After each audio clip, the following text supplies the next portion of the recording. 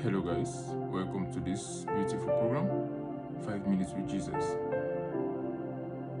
I just want us to commit this session into God's hands before we start. Thank you, Holy Spirit. Thank you, Jesus. Thank you, God, for this opportunity that we have come together, my Father, once more to listen to your word, my Father. That word will bring change in our lives. I pray, oh God, that this word shall encourage someone, shall restore someone, shall build someone, shall empower someone. We give you the glory as we pray in Jesus' name. Amen. Our topic today is transition in seasons. And the Lord gave me a subtopic, crossing over to the other side. Our main text today will be Luke chapter 8, verse 22 to 25. I will read. One day Jesus said to his disciples, "Let us go over to the other side of the lake." So they got into a boat and set out. As they sailed, he fell asleep.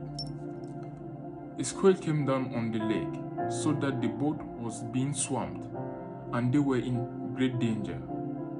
The disciples went and woke him, saying, "Master, Master, we are going to drown." He got up and rebuked the wind and the raging waters.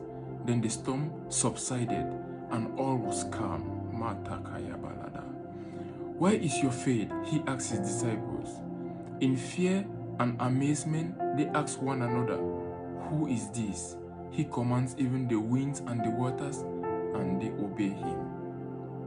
As I was meditating this morning, the Holy Spirit told me, let's talk about transition of seasons, moving from one season or one level to another.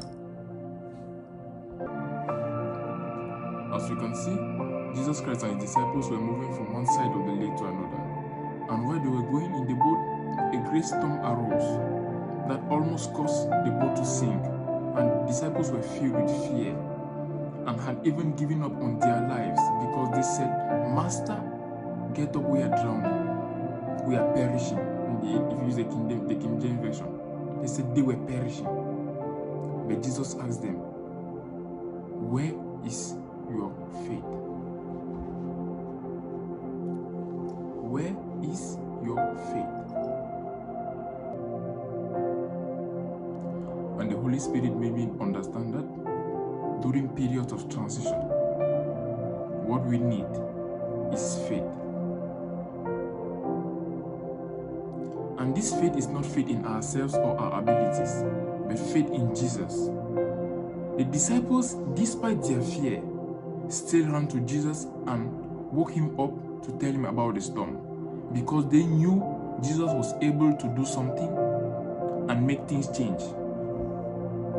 Despite the fear the disciples had at that moment, they still had that idea to run to Jesus. They always saw Jesus like someone who could bring a solution, like someone who had to be informed about everything, because they always knew with Jesus something can change. With Jesus there is a possibility. That's why, despite the fact they saw themselves drowning, they didn't believe, because they say, "Master, we are perishing." They already believed they were going to die, but they say at least went to Jesus. They went to the Master, who is Jesus, because somewhere in them they knew Jesus can do something. Some of us have even had prophecies. The Lord has spoken to us about many things, telling us He's taking us to another level. Maybe in accomplishing our life dream, another level with Him, and many other things, many other great things. He says He wants to do great things with us, and that the time has come. The moment has come for those things to happen. The moment has come for us to change seasons, to move to the next season. But all we can see around us is trouble, the storm, and every day is becoming greater. And sometimes we even doubt, "Lord, did you really speak? Lord, is that prophecy really true? Lord, will these things still happen?" Jesus is telling you, during transition, there must be a storm. During transition, when moving from one level to another, when changing seasons, there must be a storm.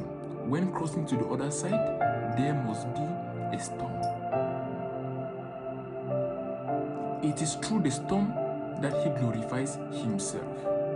It is through the storm that He prepares you for the next level. It is through the storm that He reveals another level of Himself to you. So why moving from one side to another? Why moving from one season to another? Why crossing over? There must be the storm. And sometimes after the prophecies, as time goes by, the storms even multiply, the hardship multiply, everything looks like the contrary of what God said. But God is saying, I want to assure you, all is well. Don't give up. Don't abandon. All you need is to have faith in what He has said to you. All you need is to have faith in what the Lord has said to you. That prophecy, keep it, hold it tight. Don't doubt it. Don't doubt it. We in the kingdom don't deal or conclude on things from what we see, but from what the Spirit of God tells us, from what the Word of God tells us. We live not by sight, but by faith. Believe in that word the Lord has given to you. Believe in that prophecy about your life, about the greatness God has promised you. Even though you don't seem to see it now, believe in it. Because the Bible says in the book of Numbers chapter 23 verse 19, God is not a man, so He does not lie. He is not human, so He does not change His mind. Has He ever spoken and failed to act? Has He ever promised and has not carried it through? No. Our God does not lie. And our God does not repent. So don't think what He told you, He's now like, if I knew I would not tell you this because I cannot do it for you again. That's not true. He does not lie and He does not repent. Why does He not repent? Because He does not make errors. He is accurate in everything He does and says, which means that which He has promised you, He must bring it to accomplishment. The storms will come, everything will come, but what He has told you must come to pass. We have every reason to believe in what God has said about our lives, about us, about our families, about our future, because He's a God that does not lie. Everything He says, He must bring it to accomplishment. The psalmist says in Psalm 138 verse 2 that, and you have exalted your word above all your name, meaning God cherishes His word more than His name, and He always watches to see what He says come to pass. As said in Isaiah chapter 55 verse 11, so shall my word be that goeth forth out of my mouth. It shall not return unto me void, but it shall accomplish that which I please, and it shall prosper in the thing whereto I sent it. Glory to God. Glory to God. We can be confident. It must come to pass. The storms are there to signify the period of transition, but God has given us the secret to be victorious. Having faith in Him and presenting the situation to Him. Be rest assured, don't struggle. The struggle is not yours. The disciples did not struggle. They went to Jesus. They did not try to remove water from the boat. They went to Jesus. They did not even try to pray about it. They went to Jesus. Why? The solution is having faith in God. Having faith in God's word. Because God's word is God, as said in John chapter 1 verse 1. In the beginning was the Word, and the Word was with God, and the Word was God. That prophecy you have had is the Word of God. It is God because it comes from God. Believe in it because God does not lie. That Bible verse that God gave you, on which you have to hold on, keep on holding on to it. Even though what you see does not look like what God said, keep on holding on to it. Hallelujah. Glory to God. Our God is on our side. If God be for us, who can be against us? All the hardship, all the storm, and everything that may come, we have nothing to fear, because we are more than conquerors. He that is in us is greater than he that is in the world.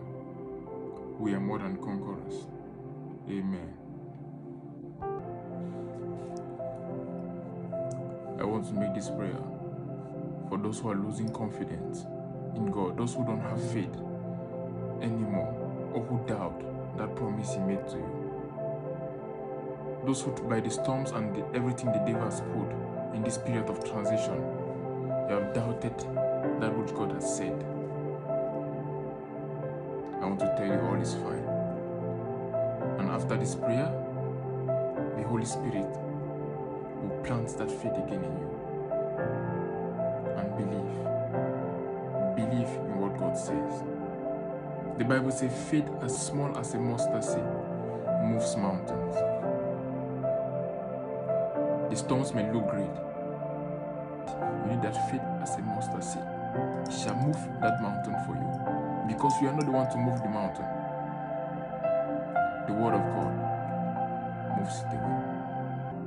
As I pray, just believe, be strong and stand firm in God. Have faith in that word, and it shall work for you.